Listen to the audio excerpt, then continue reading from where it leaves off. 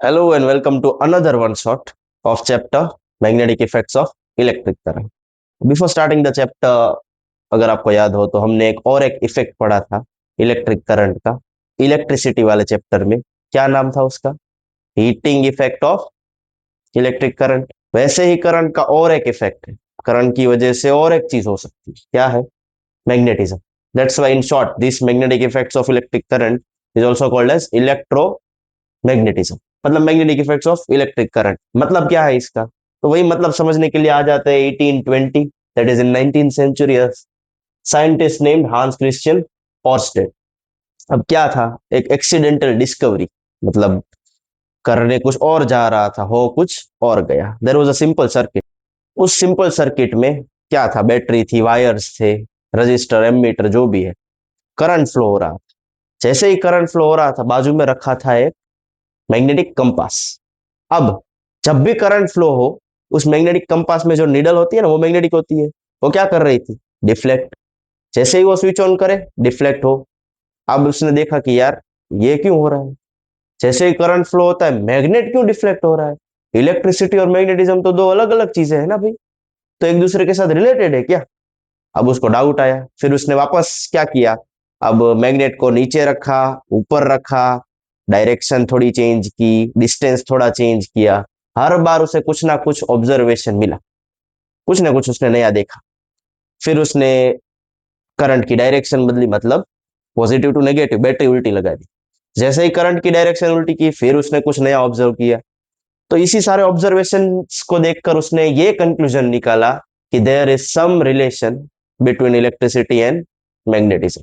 मतलब इलेक्ट्रिसिटी और मैग्नेटिज्म हम भले अलग अलग माने, लेकिन वो क्या है? Interrelated, interconnected, interdependent, you can से।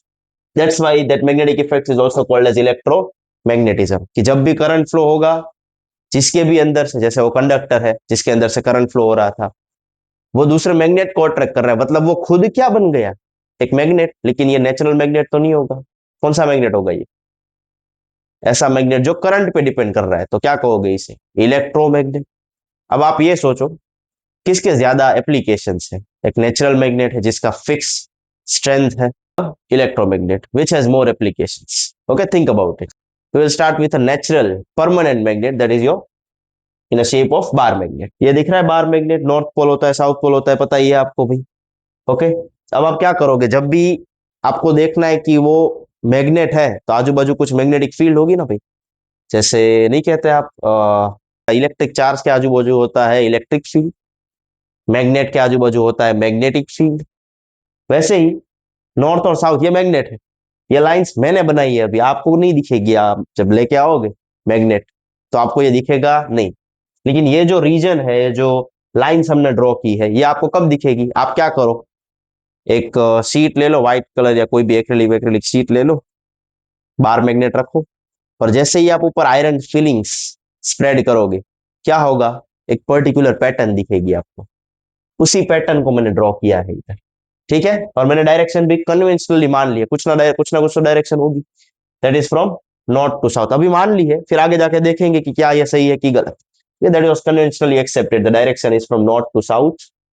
मतलब साउथ से इस तरफ अंदर की तरफ जा रही है, और नॉर्थ से बाहर की तरफ जा रही है। ओके। तो very important topic, that is properties of magnetic field lines around a bar magnet. क्या है पहली property? Magnetic field is a vector quantity. क्या होता है वेक्टर? अभी 9th स्टैंडर्ड में पढ़ा होना चाहिए, नहीं पढ़ा है तो फिर वो देख लेना एक बार। ठीक है।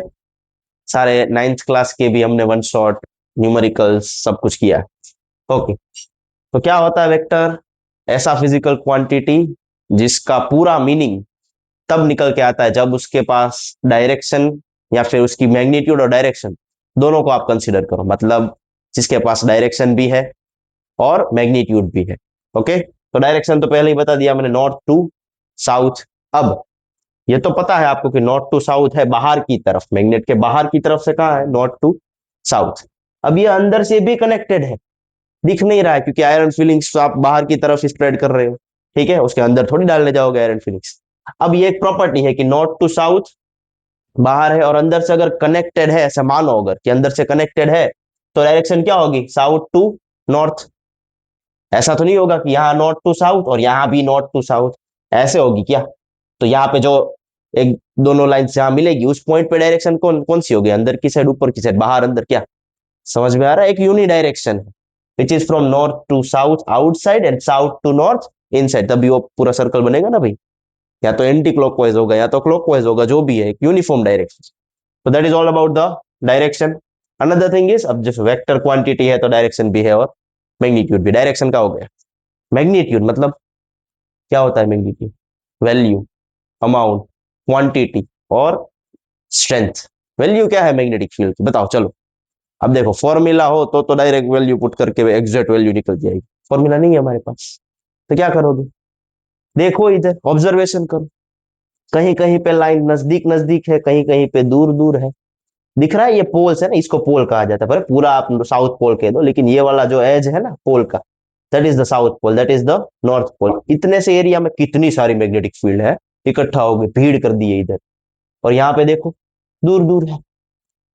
what I can say, the strength depends on the distance between the magnetic field lines। ध्यान से समझना, ये आगे पूरे चैप्टर में काम आएगा। मतलब ये स्ट्रॉन्गर कहां पे, स्ट्रेंथ ज्यादा कहां पे, मैग्नीट्यूड ज्यादा कहां पे, जहां पे मैग्नेटिक फील्ड लाइंस नजदीक नजदीक है, मतलब पोल्स। तो स्ट्रॉन्गर एट पोल्स, क्यों? ये लिखा नहीं है, लिखना हो तो लिख लेना। Why it is stronger at poles, what we observe, क्योंकि वहां पे मैग्नेटिक फील्ड लाइंस नजदीक नजदीक है, ओके, क्लोजर है, क्राउडेड है, तो उसको आपने क्या मान लिया? स्ट्रॉन्गर।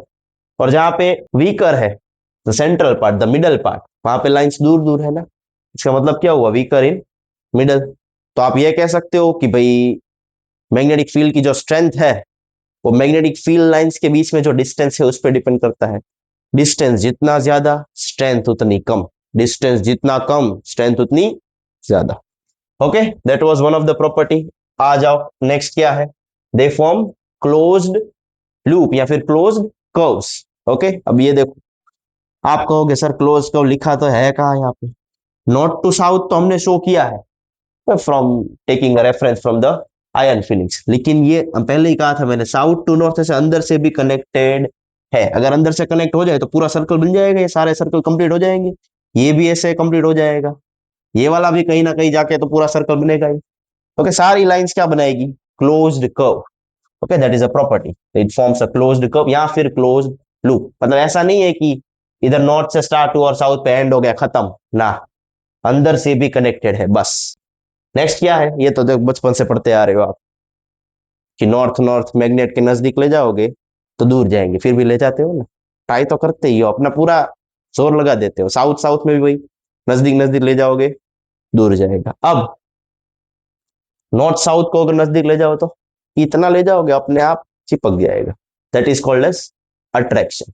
इन जनरल जो नॉर्थ नॉर्थ साउथ साउथ मतलब सेम पोल, सेम को क्या कहते हो आप? Like poles. लाइक पोल्स को जैसे ही नजदीक ले जाओगे, when you will bring that poles near to each other, क्या होगा? वो अपने आप दूर जाएंगे। एक मियान में दो तलवारें, तो like poles repel each other, रटा ही होगा आपने, और unlike poles attract each other. Okay, that is also one of the property, तो पहले ही पढ़ लिया आपने। Last and most important property of the magnetic field lines around the bar magnet क्या है? Magnetic field lines never cross, never intersect each other. Y?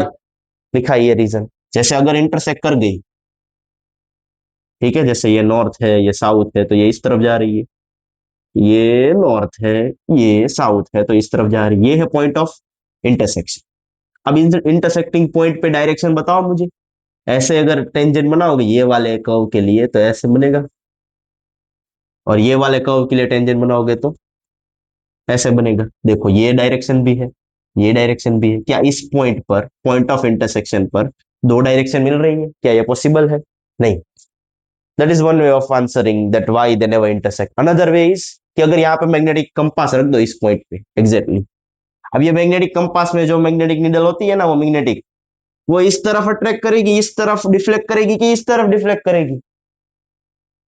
किसी तरफ नहीं करेगी, क्योंकि मैग्नेटिक फील्ड लाइंस क्रॉस ही नहीं करती।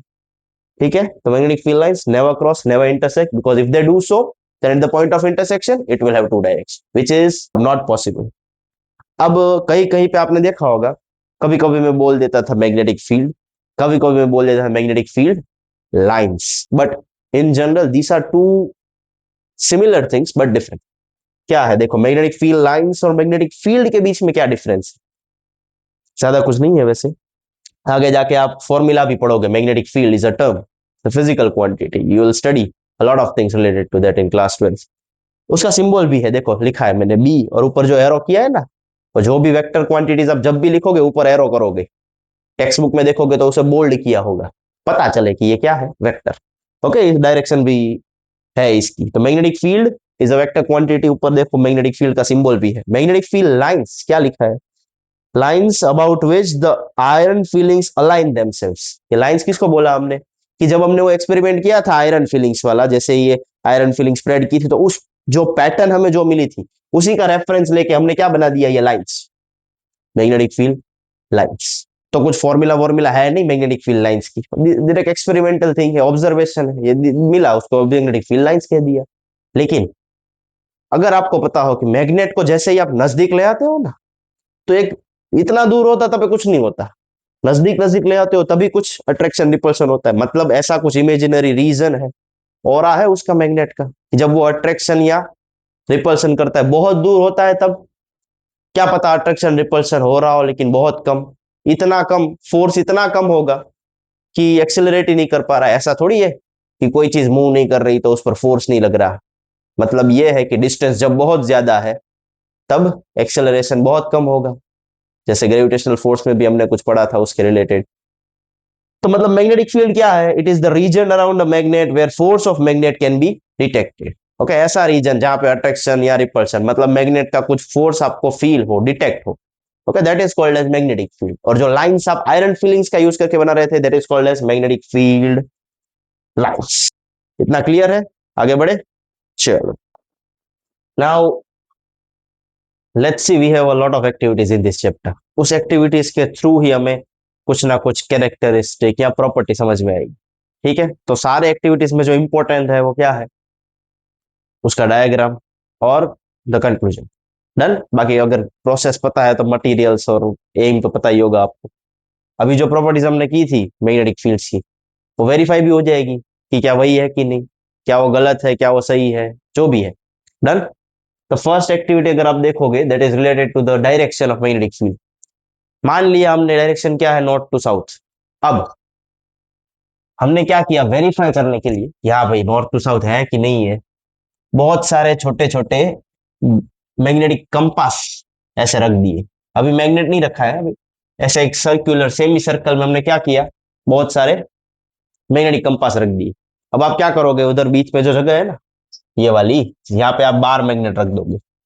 जैसे ही बार मैग्नेट रखोगे और उसका नॉर्थ इस तरफ है अगर, और साउथ इस तरफ है, तो ये जो मैग्नेटिक नीडल्स होती है वो तो किसी एक डायरेक्शन में रहती है ना भाई, ये सब क्या हो जाएगी, एक पर्टिकुलर डायरेक्शन में अलाइन हो जाएगी।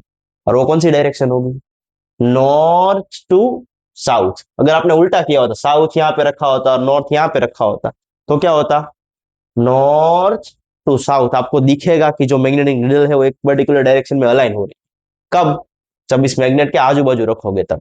इन जनरल तो वो सब एक ही डायरेक्शन में होगी, जैसे अगर इस तरफ नॉर्थ है तो सारी नॉर्थ की डायरेक्शन में होगी, लेकिन जैसे ही मैग्नेट रखोगे सारे स्पेसिफिक डायरेक्शन में अलाइन हो जाएगी, डिफ्लेक्ट हो जाएगी।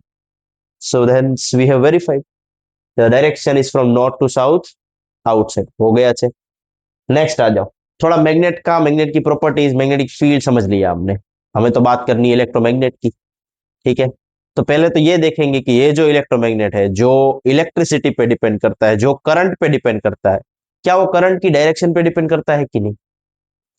अगर करंट किसी एक स्पेसिफिक डायरेक्शन में जा रहा है और उस पर्टिकुलर डायरेक्शन की वजह से जो मैग्नेटिक फील्ड क्रिएट हो रही है, क्या वो मैग्नेटिक फील्ड की डायरेक्शन और करंट की डायरेक्शन में कुछ रिलेशन है। मतलब अगर मैं करंट की डायरेक्शन चेंज करूंगा तो मैग्नेटिक फील्ड की डायरेक्शन या मैग्नीट्यूड में कुछ चेंज आएगा कि नहीं आएगा, that is for that. Okay, तो ये battery connected with a switch, that's all. और ये वाला वायर है ना, इस पर फोकस करना आप। ठीक है, मैंने ऐसा टेढ़ा रखा है, मैंने मैग्नेटिक कंपास रखा और पता चला मुझे कि नॉर्थ यहाँ पे है और साउथ यहाँ पे, तो ये हो गया नॉर्थ, ये हो गया साउथ, इस तरफ हो जाएगा ईस्ट और ये वेस्ट। पता है ना, north south east west direction देखने के लिए यूज करते हो ना मैग्नेटिक कंपास। तो लिख दिया मैंने, ये नॉर्थ है, ये साउथ है, ये ईस्ट है और ये वेस्ट है। अब मैंने वायर को कैसे रखा, ऐसे टेढ़ा, ताकि करंट नॉर्थ से साउथ तरफ आए। तो करंट की डायरेक्शन हमने सेट कर the north to south. Okay, तो अब मैं यहाँ पे पूछूं अगर कि भाई what is the direction of current, तो ये मत बोलना पॉजिटिव टू नेगेटिव, वो तो होती ही है। In terms of north south east west क्या है, नॉर्थ टू साउथ। आ रहा है ना समझ में? Okay, that is from north to south, उस तरह से हमने अलाइन किया सीधा। अगर ऊपर नॉर्थ नीचे साउथ होता तो हम सीधा रख देते, लेकिन ऐसा जनरली ऐसा तो नहीं होता कि भाई ऊपर ही नॉर्थ है नीचे ही साउथ है। अगर जो नॉर्थ है वो पता लग गया आपको तो ऑपोजिट साउथ। ओके, फिर ईस्ट वेस्ट आप राइट लेफ्ट करके डिफाइन कर सकते हो। ऐसे करंट जाएगा, स्विच ऑन होगी तो ऐसे ऊपर से नीचे आएगा। अब हमने ऊपर क्या रख दिया, ऐसे जैसे वायर है तो ऊपर हमने रख दिया मैग्नेटिक कंपास। क्या होगा भाई मैग्नेटिक कंपास में, जैसे ही करंट स्विच ऑन करोगे करंट फ्लो करेगा, मैग्नेटिक कंपास विल डिफ्लेक्ट।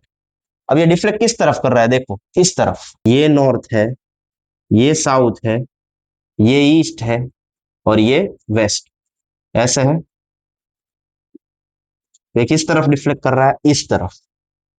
तो ये उठाओ यहां से और एग्जैक्ट यहां पे रखो, इस पर अलाइन कर दो, तो ये वाली डायरेक्शन आएगी भाई।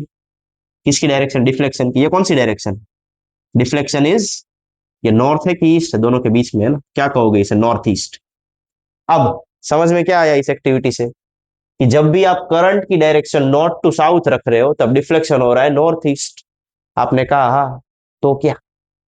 अब मुझे ये देखना है कि क्या करंट की डायरेक्शन अगर मैं चेंज करूं, चेंज मतलब रिवर्स ही करूंगा, बैटरी उल्टी रख दो, जैसे ये नेगेटिव है पॉजिटिव, उल्टा कर दो, बैटरी कर सकते हो ना उल्टी। ये वाला वायर पॉजिटिव के साथ, ये नेगेटिव के साथ, तो करंट अब ऐसे फ्लो करेगा पॉजिटिव टू नेगेटिव मतलब। तो करंट की डायरेक्शन क्या होगी in terms of north south east west, यहां से यहां, इधर क्या था साउथ, इधर क्या है साउथ टू नॉर्थ, ऐसे जाएगा ना। ठीक, I hope you understand. So the direction of current is from south to north. अब क्या लगता है आपको डिफ्लेक्शन कहां होगा, पहले इस तरफ हो रहा था, अब जब एक्टिविटी की तो ये ऑब्जर्व किया कि डिफ्लेक्शन इस तरफ हो रहा है। व्हाट इज इस तरफ, ये कौन सी डायरेक्शन है, नॉर्थ वेस्ट। मतलब कंक्लूजन कि जब भी करंट की डायरेक्शन चेंज करो, ऑब्वियसली बैटरी के वोल्टेज को आप चेंज करोगे, पहले बैटरी उल्टी करोगे, वोल्टेज रिवर्स करोगे, तब करंट की डायरेक्शन चेंज होगी। मतलब अगर करंट की डायरेक्शन चेंज करोगे तो मैग्नेटिक फील्ड की डायरेक्शन भी क्या हो जाएगी, चेंज। कैसे पता चला, डिफ्लेक्शन रिवर्स हो गया ना भाई। आया कि नहीं समझ, जैसे ही मैंने करंट की डायरेक्शन रिवर्स की, डिफ्लेक्शन रिवर्स हो गया, और डिफ्लेक्शन ही से ही तो पता चलता है कि मैग्नेटिक फील्ड की डायरेक्शन चेंज हुई कि नहीं। जैसे ही करंट की डायरेक्शन रिवर्स की, डिफ्लेक्शन रिवर्स हो गया, मतलब अगर जो मैग्नेटिक फील्ड क्रिएट हो रही होगी, जो भी पैटर्न होगी उसकी, जो भी डायरेक्शन होगी, वो डायरेक्शन क्या हो जाएगी, रिवर्स। मतलब there is a relationship between the direction of current and the direction of magnetic field, that's all. मतलब करंट की डायरेक्शन रिवर्स करोगे तो मैग्नेटिक फील्ड की डायरेक्शन रिवर्स हो जाएगी, क्योंकि डिफ्लेक्शन रिवर्स हो गया, बस। अब मैंने कहा जैसी भी होगी पैटर्न, पैटर्न कैसी है पहले वही देख लेते हैं, ठीक है।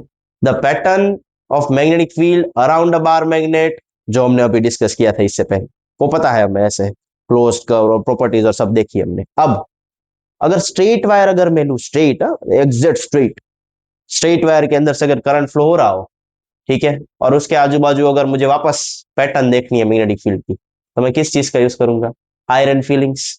ठीक है, तो वही आयरन फीलिंग्स मैंने क्या किया, ऐसे देखो, ऐसे पेज रखा है मैंने, अब कोई भी शीट रखी है, अंदर से ऐसे जा रहा है ये वायर, ठीक है, ऐसे मैंने शीट रख दी, यहाँ पे क्या स्प्रेड कर दिया, आयरन फीलिंग्स।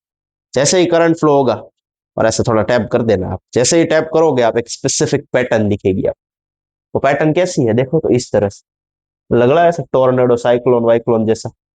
क्या कहते हो इसे आप, क्या कहते हो, देखो ये सेंटर है ना, यहाँ से देखो ये सर्कल, ये बड़ा सर्कल, उससे बड़ा सर्कल, सरकमफरेंस रेडियस डायमीटर बढ़ता जा रहा है, सेंटर एक ही है।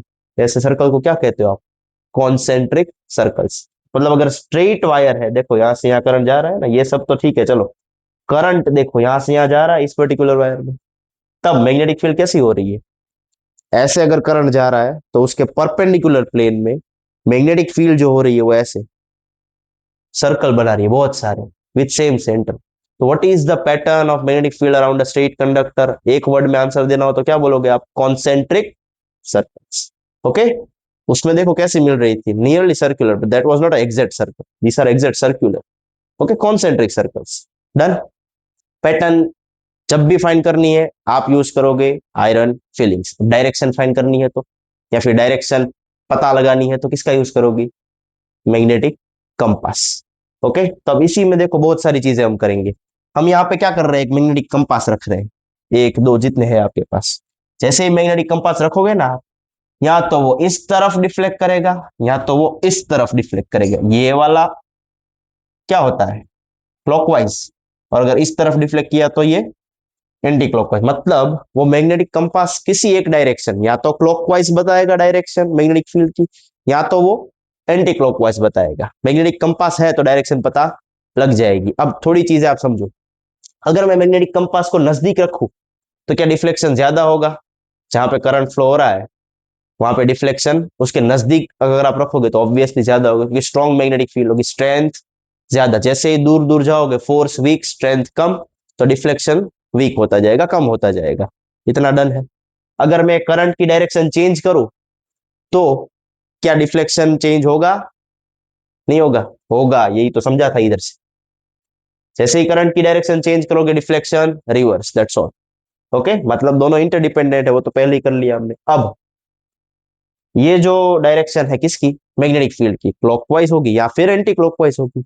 ओके, अगर मैं करंट की वैल्यू बढ़ा दूं, देखो यहाँ पे क्या यूज किया हमने, वेरिएबल रेजिस्टेंस, या फिर रियोस्टेट भी यूज करो। करंट जैसे ही रेजिस्टेंस चेंज करोगे, रेजिस्टेंस घटाओगे, वोल्टेज कांस्टेंट है, देखो ये बैटरी है ना, फिक्स वोल्टेज है। रेजिस्टेंस घटाओगे, अगर ओम्स लॉ याद हो आपको, रेजिस्टेंस घटाओगे तो करंट बढ़ेगा। अगर वी कांस्टेंट है तो भाई, ओके, रेजिस्टेंस घटाओगे तो करंट बढ़ेगा। तो हमने रेजिस्टेंस घटाया, करंट बढ़ेगा। करंट बढ़ेगा तो क्या पैटर्न ऐसी ही मिलेगी? हाँ, पैटर्न ऐसी ही होगी, कॉन्सेंट्रिक सर्कल्स ही होंगे। लेकिन कॉन्सेंट्रिक सर्कल्स के बीच में जो डिस्टेंस है ना, वो कम हो जाएगा, मतलब नजदीक नजदीक आ जाएगी। पता है ना? पता, अरे भाई उधर तुमने पढ़ा तो था प्रॉपर्टीज में, कि जैसे ही नजदीक नजदीक आएगी मतलब स्ट्रॉन्गर। अगर करंट बढ़ाओगे तो मैग्नेटिक फील्ड बढ़ेगी। यहाँ पे क्या दिखेगा, नजदीक नजदीक आ जाएंगे सर्कल, दैट्स ऑल। ओके, अब ये तो चलो मैग्नेटिक कंपास है आपके पास तो बताओगे कि क्लॉकवाइज है कि एंटी क्लॉकवाइज है। लेकिन मैग्नेटिक कंपास ना हो तो क्या करोगे? तो आप यूज करोगे अपने राइट हैंड का थंब।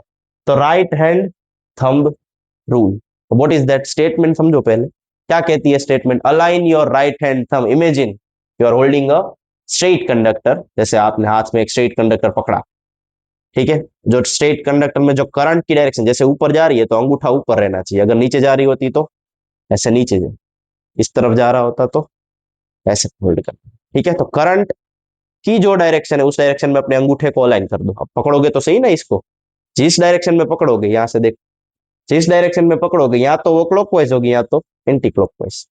तो ऐसे अगर आप मुट्ठी बंद कर रहे हो, उंगली या रैप कर रहे हो, बंद कर रहे हो, तो ये कौन सी डायरेक्शन हुई? मुझे तो लग रही है एंटी क्लॉकवाइज। देखो आप, ये कौन सी डायरेक्शन हुई? एंटी क्लॉकवाइज हुई ना। ओके, अब ये जो कॉन्सेंट्रिक सर्कल्स मिल रहे थे उसकी जो डायरेक्शन है, उसके लिए आप यूज करोगे right hand thumb rule. Okay, मतलब अगर आपको करंट की डायरेक्शन पता है, स्ट्रेट जो करंट कैरिंग कंडक्टर के अंदर से फ्लो हो रहा है, और मैग्नेटिक फील्ड की डायरेक्शन फाइंड करनी है, तो आप यूज करोगे right hand thumb rule. Okay, तो मतलब अगर करंट की डायरेक्शन जैसे इस तरफ जा रही है, इस तरफ, तो अंगूठा रखो और ऐसे बंद कर दो, और जो डायरेक्शन दिखे वो स्पेसिफाई कर दो कि नीचे से देख रहा हो तब ये दिख रही है, ऊपर से देखोगे तो अलग हो जाएगी। वैसे ही कभी कभी आप राइट हैंड की जगह लेफ्ट हैंड रूल अगर अपने आप बना लो और यूज कर लो, वैसे तो राइट हैंड ही है, गलती से आपने लेफ्ट हैंड यूज कर लिया तो क्या होगा? आंसर एग्जैक्ट उल्टा आएगा, ऑपोजिट आएगा। अगर एंटी क्लॉकवाइज आ रहा था तो इसमें क्या आएगा? क्लॉकवाइज। ओके, तो ध्यान रखना है, राइट हैंड का यूज करना है, राइट हैंड थंब ऑब्वियसली। ये तो स्ट्रेट वायर यूज किया था। अब आपको लगा कि भाई ये स्ट्रेट वायर तो चलो ठीक है, समझ आ गया। अगर वायर को मैं कर्व कर दूं तो, लूप बना दूं तो क्या होगा? तो कुछ चेंज आएगा? हाँ, आएगा। ये क्या किया मैंने, वायर को ऐसे मोड़ कर लूप बना दिया। ठीक है, ये पॉजिटिव के साथ कनेक्टेड है, ये नेगेटिव के साथ, ऐसे करंट जा रहा होगा, ये पॉजिटिव से नेगेटिव। डन।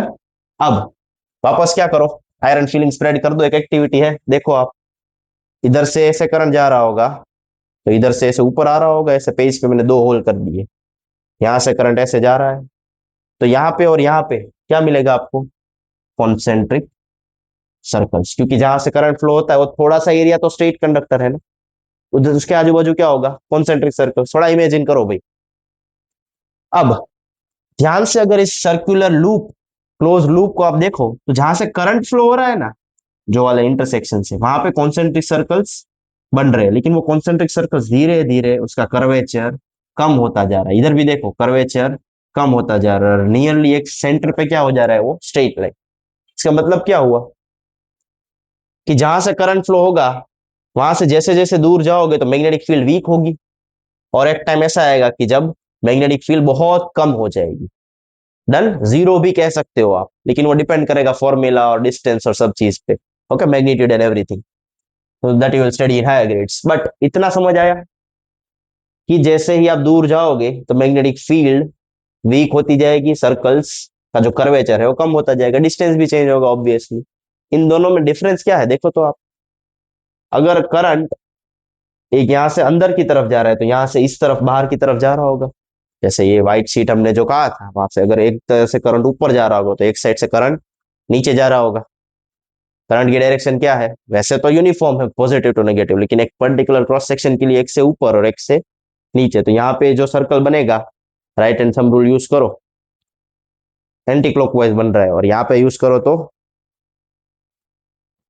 क्लॉकवाइज बन रहा है। मतलब दोनों की डायरेक्शन क्या होगी मैग्नेटिक फील्ड की, ऑपोजिट। ये देखो तो क्लॉकवाइज है और ये एंटी क्लॉकवाइज है, दिख रहा है ना। ओके, बस इतना ही है। अब आपने क्या किया, एक ही टर्न किया था ना, बहुत सारे टर्न्स कर दो भाई ऐसे। ओके, और बैटरी के साथ कनेक्ट कर दो, इसी को कहा जाता है सोलेनोइड। अब क्यों सोलेनोइड पढ़ते हो आप, क्योंकि बार मैग्नेट तो एक नेचुरल मैग्नेट था। जब आप सोलेनोइड बनाते हो ना, तब उसके आजू बाजू जो मैग्नेटिक फील्ड बनती है, ये देख, ये मैग्नेटिक फील्ड है, ऊपर बनाई है ना मैंने, ये कोयल है, सोलेनोइड की कोयल है। ठीक है, इंसुलेटेड कॉपर वायर, मतलब कॉपर वायर अंदर होता है, बाहर इंसुलेशन होता है, उसको मैंने ऐसे व्रैप कर दिया, बैटरी के साथ कनेक्ट कर दिया। जैसे ही करंट फ्लो होगा, आयरन फीलिंग अगर स्प्रेड कर दो आप, तो कुछ पैटर्न मिलेगी। कुछ याद आ रहा है, ये पैटर्न किसके जैसी है, वैसी ही पैटर्न है जो आपको बार मैग्नेट के आजू बाजू मिली थी। मतलब बार मैग्नेट नेचुरल मैग्नेट हुआ ना, तो सोलेनोइड एक टाइप का आर्टिफिशियल बार मैग्नेट ही हुआ, क्योंकि दोनों का काम तो एक तरह का जैसा ही लग रहा है, दोनों की मैग्नेटिक फील्ड एक तरह की लग रही है, which means a solenoid is nothing but a man made bar magnet. वो तो हमने नेचुरली हमने दिया, लिखा था कहीं से देखा था।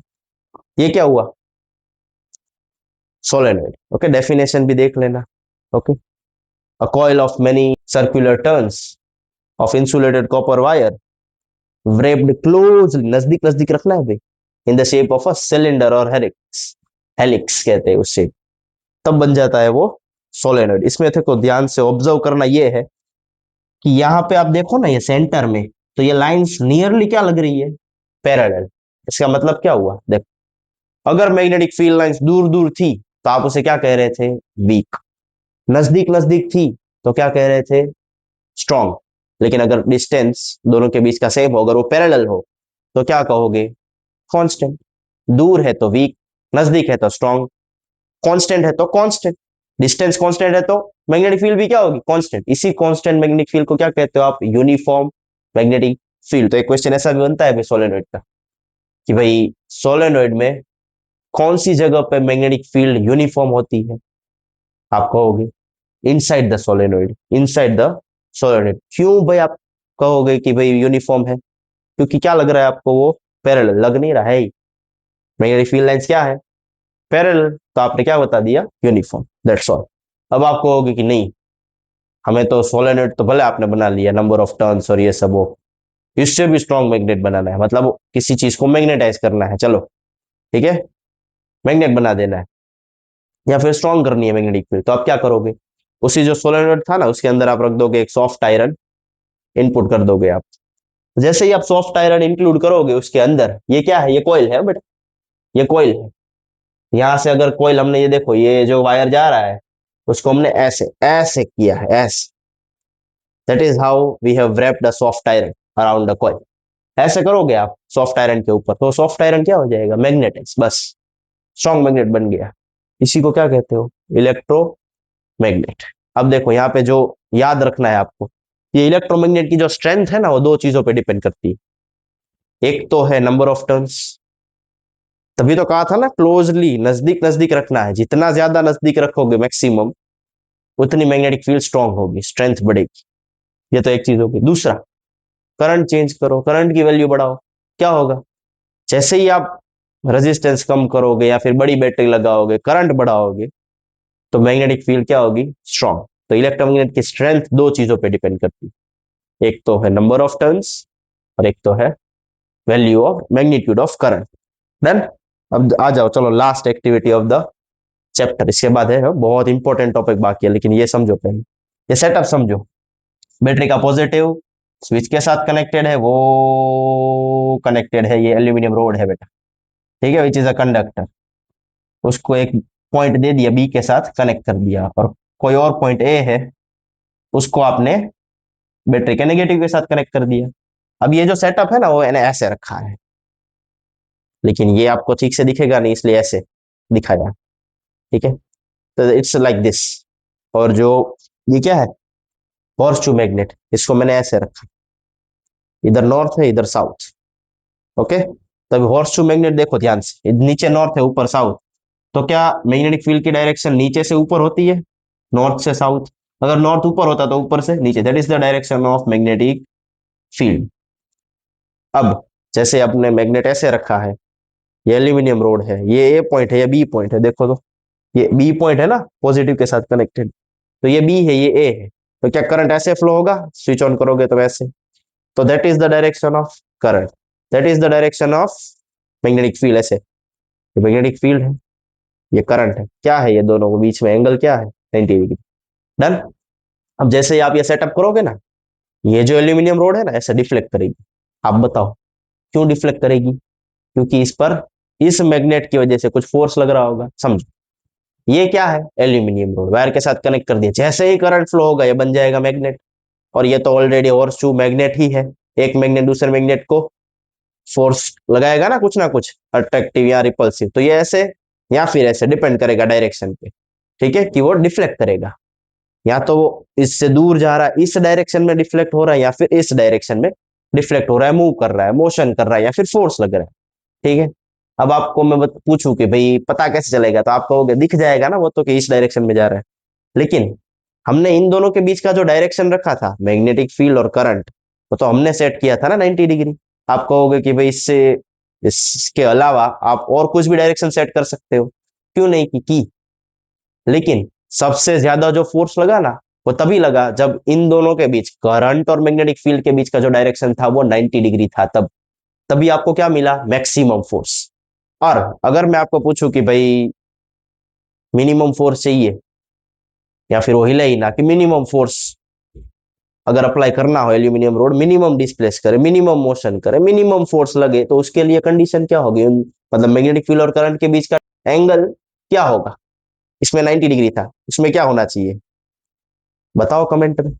कुछ कमेंट वमेंट तो करते नहीं है। चलो, आया समझ में? अब आप कहोगे आया आया, अभी आ जाएगा, रुको। अगर ये दो डायरेक्शन मुझे पता है, करंट और मैग्नेटिक फील्ड, और अगर मैं आपको कहूं कि फोर्स की direction without doing the activity you can find out, there is a trick for that given by Fleming's. क्या था? Fleming's left hand rule. Okay, क्या है Fleming's left hand rule? Statement again very important. अगर current की direction और magnetic field की direction perpendicular है, और जो डिफ्लेक्शन हो रहा है, जो मूवमेंट हो रहा है, जो डिस्प्लेसमेंट हो रहा है, जहां पे फोर्स लग रहा है, जहां पे मोशन लग रहा है, सबका डायरेक्शन एक ही चीज है वैसे, उसका डायरेक्शन फाइंड करना हो, तो आप यूज करोगे Fleming's left hand. Right hand thumb rule पता है कब यूज करते हो, वो हो गया। अब Fleming's left hand rule like this, ये देखो तो, मैंने अपने राइट हैंड के थंब, सॉरी लेफ्ट हैंड का थंब, ये फोर फिंगर और सेंट्रल फिंगर को ऐसे परपेंडिकुलर रख दिया है ना, तीनों एक दूसरे के साथ क्या है? परपेंडिकुलर, एग्जैक्ट ऐसे, ठीक है, स्ट्रेच हैंड म्यूचुअली परपेंडिकुलर। अब जो मैग्नेटिक फील्ड है ना, मैग्नेटिक फील्ड एम, उसकी डायरेक्शन में मैंने रखा अपने फोर फिंगर को, जैसे मैग्नेटिक फील्ड ऊपर जा रही है तो ऐसे ऊपर रख दिया। करंट अगर आपकी तरफ जा रहा है तो सेंट्रल फिंगर को आपकी तरफ रख दिया, तो अंगूठा कौन सी तरफ आ रहा है? आपका क्या होगा? ये लेफ्ट साइड होगा ना। तो मतलब अगर ऐसे रखा होगा मैंने एल्यूमिनियम रोड को, तो इस तरफ क्या करेगा वो? डिफ्लेक्ट, मोशन करेगा, फोर्स लगेगा। ओके, तो अगर दो चीज पता है, डायरेक्शन पता है मैग्नेटिक फील्ड और करंट की, तो आप पता लगा सकते हो डायरेक्शन ऑफ फोर्स। ओके, अब इसको याद कैसे रखो कि भाई ये थंब किसकी डायरेक्शन में रखना था, ऐसे भूल जाते हो आप। तो ये थंब है, ये फोर फिंगर, ये सेंट्रल फिंगर, ऐसे सीक्वेंस बना रहा हूं। ठीक है, तीन चीजें हैं, कौन कौन सी? फोर्स, मैग्नेटिक फील्ड और current. Force, magnetic field, current. Father mother children, याद रह जाएगा। एफ फादर फोर्स, मदर मतलब एम मैग्नेटिक फील्ड, और सी मतलब चिल्ड्रन, मतलब सी से होता है ना करंट। तो ऐसे याद रखो, father mother children, force, magnetic field, current, याद रह गया। अब ऐसा जरूरी नहीं है मैग्नेटिक फील्ड हमेशा ऊपर भी जाए, ऊपर ही जाए। अगर मैग्नेटिक फील्ड आपकी तरफ आ रही हो तो इस उंगली को मैं आपकी तरफ अलाइन करूंगा। करंट अगर नीचे जा रहा हो तो सेंट्रल फिंगर कहाँ जाएगी? नीचे। करो ट्राई आप भी साथ में, तभी समझ आएगा। जैसे ही ऐसे करोगे तो करंट नीचे, मैग्नेटिक फील्ड आपकी तरफ, तो थंब आएगा इस तरफ, वापस वही डायरेक्शन आ रही है लेफ्ट। दोनों चीज मैंने चेंज की, देखो आप ध्यान से। अगर कोई एक चीज चेंज करूंगा तो जैसे मैग्नेटिक फील्ड ऊपर है, करंट आपकी तरफ आ रहा था तो ऐसे किया, तो थंब किस तरफ आ रहा है? इस तरफ। अगर करंट मेरी तरफ आ रहा हो तो ये तो सेम है ना, मैग्नेटिक फील्ड वो नहीं चेंज हो रही, तो हाथ को घुमाओ, देखो मैग्नेटिक फील्ड ऊपर है, करंट मेरी तरफ, तो थंब किस तरफ आ रहा है? आपके राइट तरफ आ रहा है। तो that's how you can identify the direction of force by using Fleming's left hand rule.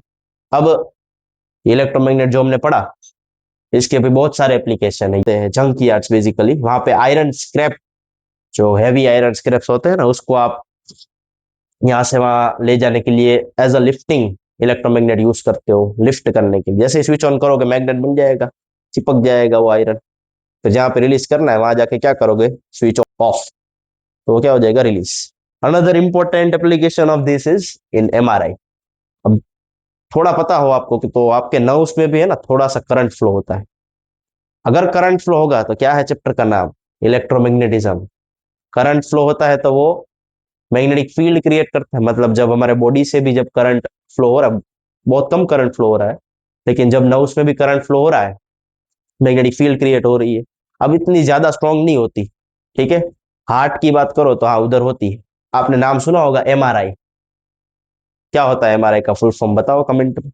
Okay, कुछ मैग्नेट वैग्नेट से रिलेटेड है और इमेज विमेज से रिलेटेड है। तो मतलब एम और आई तो पता लग गया, आर बताओ क्या है?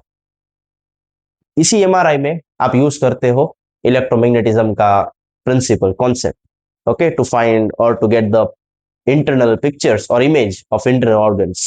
डन। तो एमआरआई में भी यूज होता है इलेक्ट्रोमैग्नेट का, वैसे बहुत सारी चीज होती है। अब जो मैंने आपको कहा था कि जो लास्ट टॉपिक है चैप्टर का, डोमेस्टिक इलेक्ट्रिक सर्किट, वो कंप्लीट करेंगे। क्या है तो डोमेस्टिक इलेक्ट्रिक सर्किट? ऐसा सर्किट जो आप घर पे यूज करते हो। पता है पैरेलल कनेक्शन यूज होता है इलेक्ट्रिसिटी में, देखा होगा। लेकिन apart from parallel, how the devices are connected, what are the potential difference in India, कौन सा टाइप का करंट यूज करते हो, करंट की क्या वैल्यू होती है, एंड सो ऑन। तो these are the things that are included in domestic electric circuit.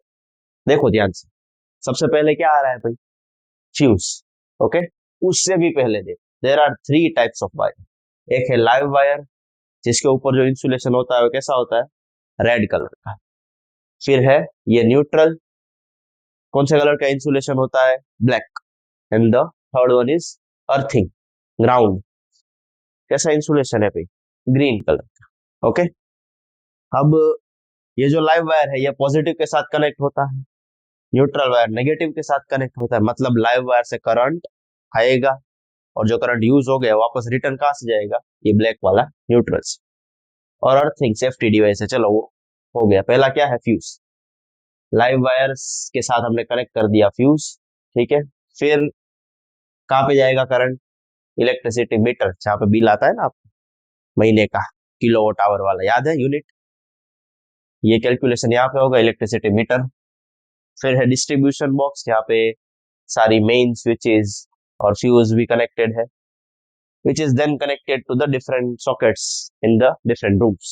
Then that is a schematic diagram of the domestic electric circuit. ये सीक्वेंस याद रहना चाहिए। अब चलो पहले तो जो आपके घर पे जो करंट आ रहा है वो कौन सा है? मतलब क्या वो कांस्टेंट वैल्यू का करंट है, या फिर ऐसा है करंट आ रहा है कि जिसकी वैल्यू चेंज होती रहे? You tell me, think about it. कभी कभी आपने देखा होगा कि अचानक से जो फैन की स्पीड है कभी कभी स्लो डाउन हो जाती है, कभी लाइट की इंटेंसिटी बढ़ती है, कम होती है, डिम लाइट हो जाती है, पढ़ा है, देखा है ना कभी। तो व्हाई दैट हैपेंस? अगर करंट की वैल्यू कांस्टेंट होती तो ये नहीं होता। करंट की वैल्यू कांस्टेंट नहीं, करंट की वैल्यू क्या है? Changing, alternate. That's why the current that we are using at our homes is alternating current. फिर जहां पे बैटरी होती है वो तो डायरेक्ट करंट ही होता है, लेकिन जो करंट की वैल्यू वेरी हो रही है, ओके, अगर वेरी हो रही है तो ऐसे वेव बनती है। और साउंड वाले चैप्टर 9th क्लास में हमने पढ़ा था कि वेव है तो उसमें कुछ कैरेक्टरिस्टिक पढ़ी थी हमने, साउंड वेव का फ्रीक्वेंसी, वेवलेंथ, स्पीड, ये सब अगर वेव है, ऑसिलेशन है, वाइब्रेशन है, तो आप डिफाइन करते हो। अब यहाँ पे जो करंट आ रहा है वो तो मैंने आपको बता दिया कौन सा है, AC, alternating current. Okay, DC means direct current, जहाँ पे करंट की वैल्यू क्या रहती है, फिक्स, कांस्टेंट, चेंज नहीं होती। और अल्टरनेटिंग करंट में कंटिन्यूअसली चेंज होती रहती है। तो अगर ऑसिलेशन है, वाइब्रेशन है, तो उसका कुछ फ्रीक्वेंसी भी होगा। तो in India the frequency of that alternating current is 50 hertz. What does it mean? That it completes 50 cycles, 50 oscillations in 1 second. Okay? एक सेकंड में कितनी साइकिल? जैसे ये एक साइकिल हुई, ऐसे 50 साइकिल कंप्लीट होती है एक सेकंड। ओके, कभी कभी आपने ऑब्जर्व भी किया होगा जब आप वीडियो वीडियो लेते हो मोबाइल से किसी टीवी या किसी लाइट या ऐसे ऑब्जेक्ट का, ल्यूमिनस ऑब्जेक्ट का, और उसे स्लो मोशन में अगर आप देखते हो तो वैसे फ्लक्चुएशन दिखता है। अब देखो, एक सेकंड में कोई चीज 50 या 100 बार चालू बंद हो रही है तो पता थोड़ी चलेगा नेकेड आइज से। स्लो मोशन करो तब डिटेक्ट करोगे आप ना यार, फ्लक्चुएशन तो है, फ्रीक्वेंसी तो है, अल्टरनेटिंग करंट तो है। अब वैसे ही पोटेंशियल डिफरेंस कितना है? That is for domestic electric circuit in India, it's value is 220 volt. थोड़ा अगर आपने ऑब्जर्व किया हो तो लास्ट जो चैप्टर था ना इलेक्ट्रिसिटी, उसमें जितने न्यूमेरिकल्स थे ना, उसमें मैक्सिमम न्यूमेरिकल्स में आपने देखा होगा पोटेंशियल डिफरेंस 220 वोल्ट। क्यों? क्योंकि मैक्सिमम जगह पे वही होता है इंडिया में डोमेस्टिक इलेक्ट्रिक सर्किट। वैसे तो 11,000 वोल्ट भी होता है हैवी इंडस्ट्रीज और वहां पे आप जाओ तो, लेकिन घरों में डोमेस्टिक इलेक्ट्रिक सर्किट में कौन सा होगा? 220 वोल्ट। अब देखो ये तीन जो वायर थे ना, लाइव, न्यूट्रल और अर्थिंग, इंसुलेशन बता दिया मैंने, रेड, ब्लैक और ग्रीन। अब that is also done. Circuits जो है ना mainly they are divided into two parts. ऐसे इलेक्ट्रिकल अप्लायंसेस जहाँ पे कम करंट चाहिए, पावर रेटिंग सब कम है, उसके लिए कितना करंट है? 5 एम्पियर। जैसे बल्ब है, फैन है, ज्यादा करंट नहीं चाहिए, कम करंट पे काम हो जाता है। लेकिन जिसको ज्यादा करंट चाहिए, geyser, air cooler, air conditioner, इनको करंट ज्यादा चाहिए कंपेरेटिवली, तो उसको आपने एक अलग ही सर्किट में कंबाइन किया, कनेक्ट किया है, दैट इज योर 15 एम्पियर। तो mainly there are two circuits, first in which the current 15 ampere flows, जहाँ पे ज्यादा करंट, ज्यादा पावर रेटिंग है, और जहाँ पे कम करंट चाहिए वो 5 एम्पियर के साथ कनेक्ट करते हो। डन? इतना समझ आया? आगे देख। अब सेफ्टी के लिए क्या है, हमने कहा तो सही कि यहाँ पे अल्टरनेटिंग करंट आ रहा है, तो अल्टरनेटिंग करंट बाहर वो ट्रांसफॉर्मर होता है बहुत बड़ा, स्टेप डाउन ट्रांसफॉर्मर कहते हो आप उसे। क्या करता है वो? स्टेप डाउन, वोल्टेज घटाता है, डाउन करता है। डन? बहुत दूर से करंट आता है, बहुत दूर से वोल्टेज आ रहा है, तो इसको कम करना पड़ता है क्योंकि बहुत हाई वोल्टेज आ रहा है। ठीक है, हमें उतना नहीं चाहिए, हमें तो 220 ही चाहिए, तो उसे घटाना पड़ता है, ट्रांसफॉर्मर करता है ये काम हमारे लिए। लेकिन ये करंट जो घर पे आ रहा है उसमें फ्लक्चुएशन भी आता है। अब ये 5 एम्पियर है, 15 एम्पियर है, ये लिमिट है, ये रेंज है। 15 एम्पियर से ज्यादा करंट आएगा तो उसकी कैपेसिटी है ना 15 की, उससे ज्यादा आ गया तो क्या होगा? वो चीज बर्न हो जाएगी, ब्लास्ट हो जाएगा, आग लग सकती है। डन? तो इसके लिए हमें सेफ्टी डिवाइस चाहिए। दो सेफ्टी डिवाइस है इंपॉर्टेंट। एक तो है फ्यूज, जो हमने इलेक्ट्रिसिटी में पढ़ा था, पता है ना क्या होता है फ्यूज? जिसका लो मेल्टिंग पॉइंट होता है, हाई रेजिस्टेंस होता है, फिर पतला सा वायर अलॉय से बना हुआ होता है, टीन लीड के अलॉय से, और वो जैसे ही करंट बढ़ता है मेल्ट हो जाता है। ये क्या हो जाता है? मेल्ट। देखो लाइव वायर से करंट आता है ना, मेन तो पॉजिटिव के साथ वो कनेक्टेड है। Red, red colour insulation danger, यहाँ से करंट आ रहा है तभी इसको टच नहीं करना है कभी, तो क्या होगा? ये सर्किट ब्रेक हो जाएगा, तो करंट आगे बढ़ेगा ही नहीं। ये अर्थिंग, ये अर्थिंग भी क्या है? सेफ्टी डिवाइस, पता ही होगा आप। अब इसमें याद क्या रखना है? अर्थिंग जितने भी मेटेलिक बॉडीज है ना, उन सब में कभी भी लीकेज हो सकता है। तो आप क्या करते हो? उनमें से एक लो रेजिस्टिव या लो रेजिस्टेंस वायर को ग्राउंड के साथ कनेक्ट कर देते हो, या फिर एक पाइप के अंदर कॉपर की प्लेट या डिस्क होती है ना, उस पर रोटेट करके ग्राउंड के अंदर रख देते हैं। तो इसका क्या है, लो रेजिस्टेंस। अब क्या होगा, जब भी लीकेज होगा ना, करंट ऑलवेज चूजेस अ लो रेजिस्टिव पाथ। तो करंट के पास दो रास्ते, अगर मैंने टच कर लिया कहीं पे, नहीं करना चाहिए ऐसी जगह, और करंट लीक हो रहा है, तो क्या करंट मेरे बॉडी से फ्लो होगा कि अर्थ में जाएगा? करंट अर्थ में जाएगा, क्योंकि हमने उसका रेजिस्टेंस क्या रखा है, कम, लो। और करंट को क्या चाहिए, लो रेजिस्टिव पाथ, तो ज्यादा करंट उधर से ही चला जाएगा, excess current, leakage current. Done. तो that's how earthing wire works. पता हो कि जब जो जिसका पावर रेटिंग ज्यादा होता है, जिसको ज्यादा करंट चाहिए, वो एक साथ आप बहुत सारे इलेक्ट्रिकल अप्लायंसेस स्टार्ट कर दो, चालू रख दो, तो क्या होगा, ओवरलोडिंग। जिसको जितना करंट चाहिए उससे ज्यादा करंट आप या फिर यूज कर रहे हो, इसकी वजह से क्या होता है, रेजिस्टेंस कम हो जाता है, और रेजिस्टेंस कम होता है तो करंट बढ़ता है। ठीक है, बढ़ता है बस। और रेजिस्टेंस कम हो रहा है, ध्यान से देख। लेकिन व्हाट इज शॉर्ट सर्किटिंग, ये लाइव वायर दिख रहा है, तो लाइव और न्यूट्रल, रेड और ब्लैक, तो इंसुलेशन है। लेकिन ये कभी एक दूसरे के साथ डायरेक्ट कॉन्टेक्ट में आ गए तो करंट देखो अब ऐसे लाइव से खत्म होके फिर न्यूट्रल से जा रहा है, देखो लाइव आ रहा है इधर, और फिर यहाँ पे यूज होके फिर बचा कुचा करंट रिटर्न चला जाएगा न्यूट्रल वायर से। लेकिन अगर ये दोनों यहीं पे मीट कर गए तो ऐसे एक दूसरे को टच कर गए, तो कभी कभी हो जाता है ना, ऊपर का जो इंसुलेशन है वीक हो गया, चलो, तो फिर एक दूसरे को टच कर भी सकते हैं, इतना सिंपल तो है नहीं हमारे घर में सर्किट। तो करंट क्या हो जाएगा, यहाँ से डायरेक्ट फ्लो कर जाएगा, इसी को आप कहते हो शॉर्ट सर्किट या फिर short circuiting. If live wire comes in direct contact with the neutral wire, अब क्या होता है, रेजिस्टेंस नियरली जीरो हो जाता है, कम तो हो रहा था इधर, इधर क्या हो जाता है, नियरली जीरो। रेजिस्टेंस जितना कम, करंट उतना ज्यादा। रेजिस्टेंस जीरो तो करंट मैक्सिमम हो जाएगा, उल्टा होगा ना, मैक्सिमम करंट फ्लो हो जाएगा, तभी इसकी वजह से फायर भी, आग भी लग सकती है, फायर कैच कर सकता है, यहाँ पे भी आग लग सकती है ओवरलोडिंग में भी। बट शॉर्ट सर्किटिंग में चांसेस ज्यादा है, क्योंकि रेजिस्टेंस क्या हो रहा है, बहुत कम, नियरली जीरो। ओके, तो I hope the domestic electric circuit is understood to you. Doubt है तो भाई कमेंट कर सकते हो। So keep watching, thank you. Physics works.